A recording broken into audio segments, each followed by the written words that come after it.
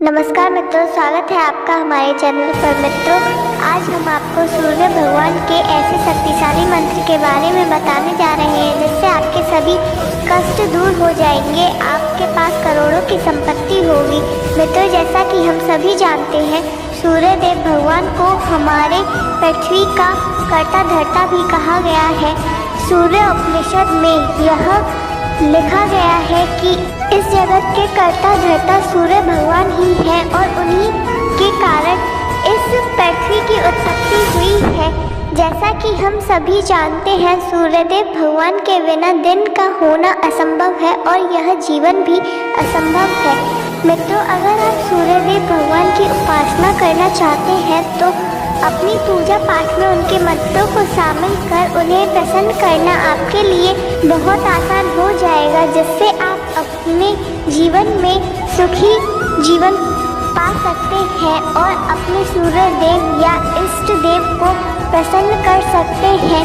मित्रों, आइए जानते हैं उस मंत्र के बारे में, लेकिन उससे पहले अगर आपको यह वीडियो पसंद आए तो इस वीडियो को दिल से एक लाइक अवश्य करें और ऐसी ही वीडियो देखने के लिए हमारे चैनल को सब्सक्राइब कर बेल आइकन अवश्य दबा दें। आइए मित्रों, मंत्र कुछ इस प्रकार है। ओम आदित्याय विद्महे दिवाकराय धीमहि तन्नो सूर्य प्रचोदयात्। ओम आदित्याय विद्महे दिवाकराय धीमहि तन्नो सूर्य प्रचोदयात्। ओम आदित्याय विद्महे दिवाकराय धीमहि तन्नो सूर्य प्रचोदयात्। ओम आदित्याय विद्महे दिवाकराय धीमहि तन्नो सूर्य प्रचोदयात्। ओम आदित्याय विद्महे दिवाकराय धीमहि तन्नो सूर्य प्रचोदयात्। ओम आदित्याय विद्महे दिवाकराय धीमहि तन्नो सूर्य प्रचोदयात्। ओम आदित्याय विद्महे दिवाकराय धीमहि तन्नो सूर्य प्रचोदयात्। ओम आदित्याय विद्महे दिवाकराय धीमहि तन्नो सूर्य प्रचोदयात्। ओम आदित्याय विद्महे दिवाकराय धीमहि तन्नो सूर्य प्रचोदयात्। ओम आदित्याय विद्महे दिवाकराय धीमहि तन्नो सूर्य प्रचोदयात्। ओम आदित्याय विद्महे दिवाकराय धीमहि तन्नो सूर्य प्रचोदयात्। ओम आदित्याय विद्महे दिवाकराय धीमहि तन्नो सूर्य प्रचोदयात्। ओम आदित्याय विद्महे दिवाकराय धीमहि तन्नो सूर्य प्रचोदयात्। ओम आदित्याय विद्महे दिवाकराय धीमहि तन्नो सूर्य प्रचोदयात्। ओम आदित्याय विद्महे दिवाकराय धीमहि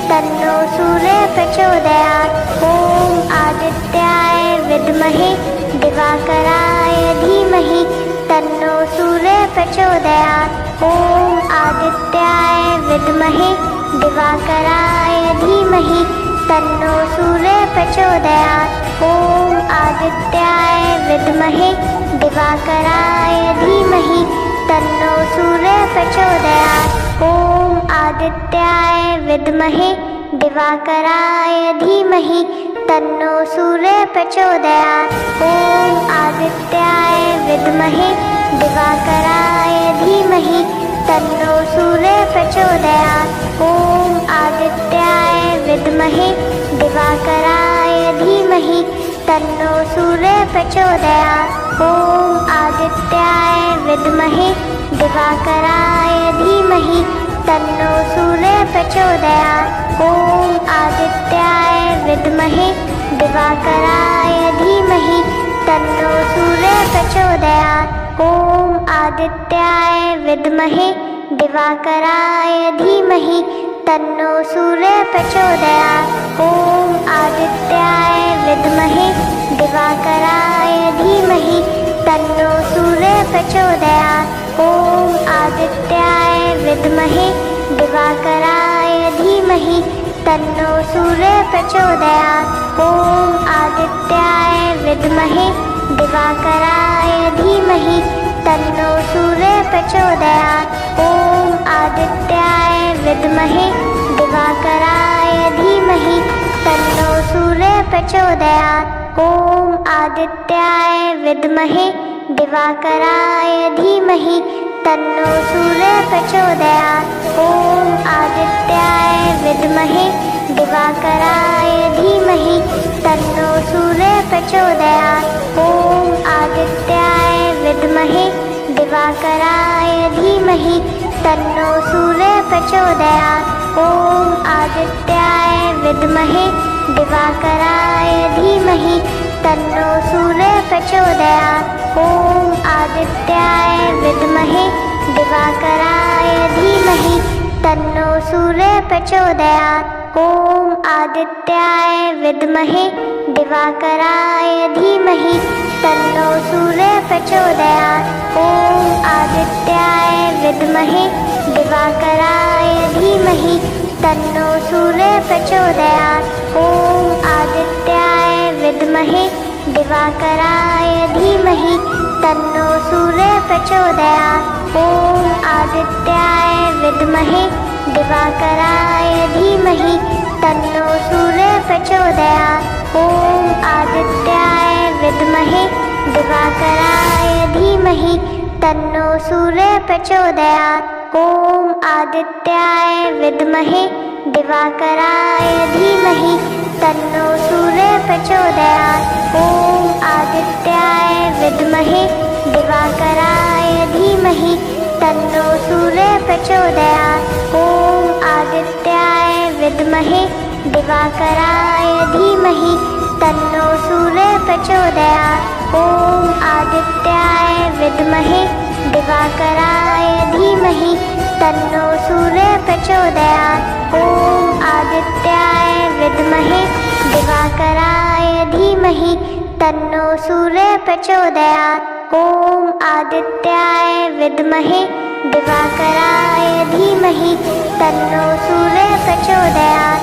ॐ आदित्याय विद्महे दिवाकराय धीमहि तन्नो सूर्यः प्रचोदयात्। ॐ आदित्याय विद्महे दिवाकराय धीमहि तन्नो सूर्यः प्रचोदयात्। ॐ आदित्याय विद्महे दिवाकराय धीमहि तन्नो सूर्यः प्रचोदयात्। ॐ आदित्याय विद्महे दिवाकराय धीमहि तन्नो सूर्यः प्रचोदयात्। ॐ आदित्याय विद्महे दिवाकराय धीमहि तन्नो सूर्यः प्रचोदयात्। ॐ आदित्याय विद्महे दिवाकराय धीमहि तन्नो सूर्यः प्रचोदयात्।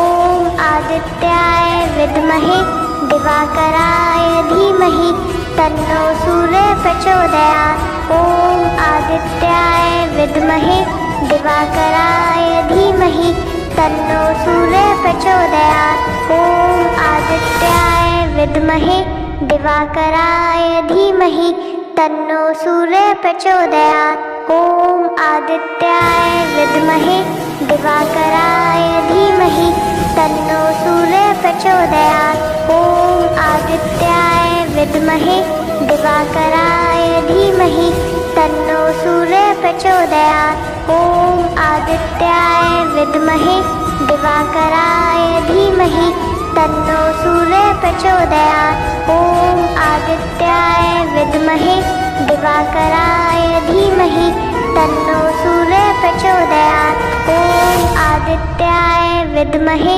दिवाकराय धीमहि तन्नो सूर्यः प्रचोदयात्। ॐ आदित्याय विद्महे दिवाकराय धीमहि तन्नो सूर्यः प्रचोदयात्। ॐ आदित्याय विद्महे दिवाकराय धीमहि तन्नो सूर्यः प्रचोदयात्। ॐ आदित्याय विद्महे दिवाकराय धीमहि तन्नो सूर्यः प्रचोदयात्। ॐ आदित्याय विद्महे दिवाकराय धीमहि तन्नो सूर्यः प्रचोदयात्। ॐ आदित्याय विद्महे दिवाकराय धीमहि तन्नो सूर्यः प्रचोदयात्।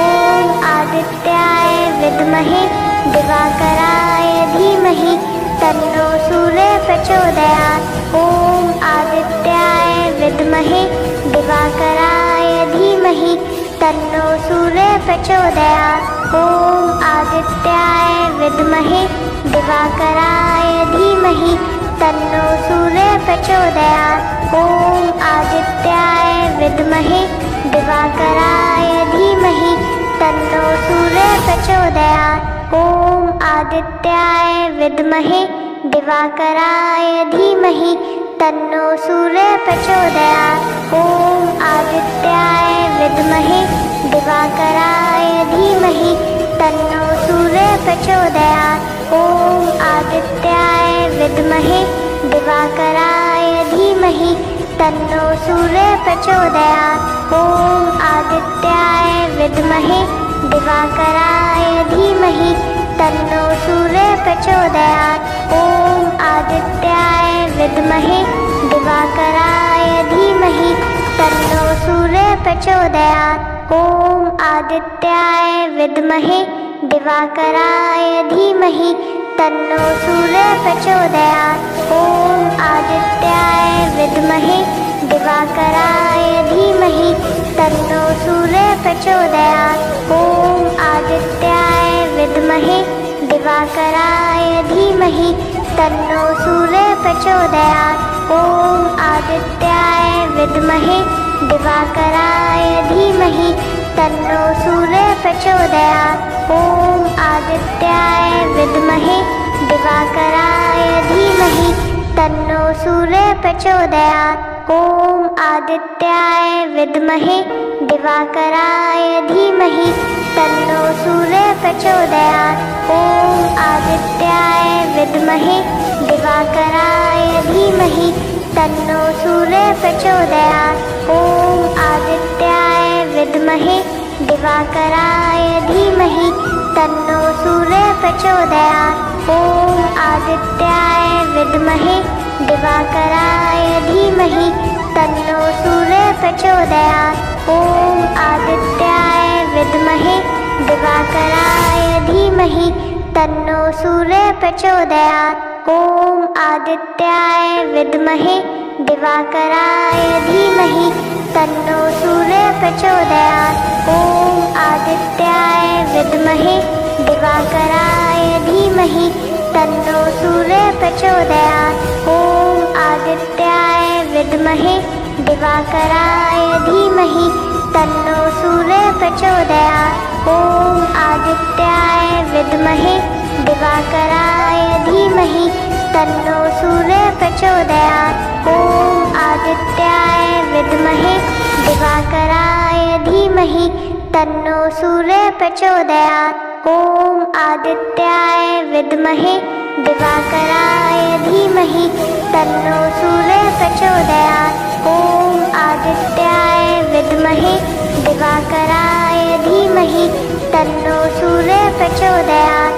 ॐ आदित्याय विद्महे दिवाकराय धीमहि तन्नो सूर्यः प्रचोदयात्। ॐ आदित्याय विद्महे दिवाकराय धीमहि तन्नो सूर्यः प्रचोदयात्। ॐ आदित्याय विद्महे दिवाकराय धीमहि तन्नो सूर्यः प्रचोदयात्। ॐ आदित्याय विद्महे दिवाकराय धीमहि तन्नो सूर्यः प्रचोदयात्। ॐ आदित्याय विद्महे दिवाकराय धीमहि तन्नो सूर्यः प्रचोदयात्। ॐ आदित्याय विद्महे दिवाकराय धीमहि तन्नो सूर्यः प्रचोदयात्। ॐ आदित्याय विद्महे दिवाकराय धीमहि तन्नो सूर्यः प्रचोदयात्। ॐ आदित्याय विद्महे दिवाकराय धीमहि तन्नो सूर्यः प्रचोदयात्। ॐ आदित्याय विद्महे दिवाकराय धीमहि तन्नो सूर्यः प्रचोदयात्। ॐ आदित्याय विद्महे दिवाकराय धीमहि तन्नो सूर्यः प्रचोदयात्। ॐ आदित्याय विद्महे दिवाकराय धीमहि तन्नो सूर्यः प्रचोदयात्। ॐ आदित्याय विद्महे दिवाकराय धीमहि तन्नो सूर्यः प्रचोदयात्। ॐ आदित्याय विद्महे दिवाकराय धीमहि तन्नो सूर्यः प्रचोदयात्। ॐ आदित्याय विद्महे दिवाकराय धीमहि तन्नो सूर्यः प्रचोदयात्। ॐ आदित्याय विद्महे दिवाकराय धीमहि तन्नो सूर्यः प्रचोदयात्। ॐ आदित्याय विद्महे दिवाकराय धीमहि तन्नो सूर्यः प्रचोदयात्। ॐ आदित्याय विद्महे दिवाकराय धीमहि तन्नो सूर्यः प्रचोदयात्। ॐ आदित्याय विद्महे दिवाकराय धीमहि तन्नो सूर्यः प्रचोदयात्। ॐ आदित्याय विद्महे दिवाकराय धीमहि तन्नो सूर्यः प्रचोदयात्। ॐ आदित्याय विद्महे दिवाकराय धीमहि तन्नो सूर्यः प्रचोदयात्। ॐ आदित्याय विद्महे दिवाकराय धीमहि तन्नो सूर्यः प्रचोदयात्। ॐ आदित्याय विद्महे दिवाकराय धीमहि तन्नो सूर्यः प्रचोदयात्। ॐ आदित्याय विद्महे दिवाकराय धीमहि तन्नो सूर्यः प्रचोदयात्। ॐ आदित्याय विद्महे दिवाकराय धीमहि तन्नो सूर्यः प्रचोदयात्। ॐ आदित्याय विद्महे दिवाकराय धीमहि तन्नो सूर्यः प्रचोदयात्। ॐ आदित्याय विद्महे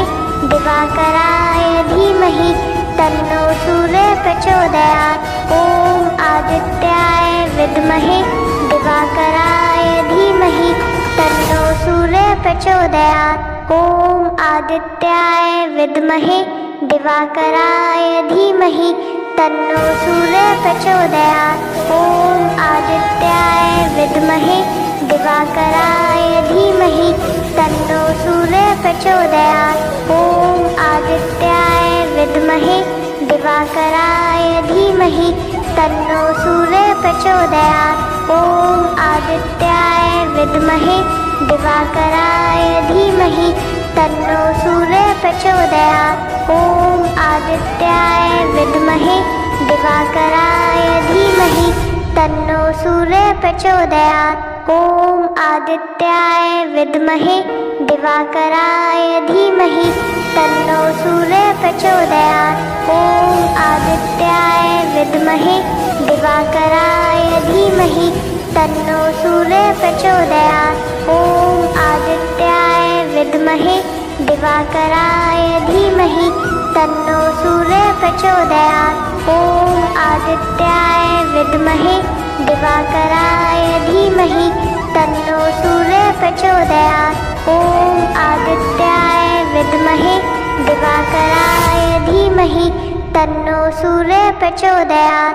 ॐ आदित्याय विद्महे दिवाकराय धीमहि तन्नो सूर्यः प्रचोदयात्। ॐ आदित्याय विद्महे दिवाकराय धीमहि तन्नो सूर्यः प्रचोदयात्।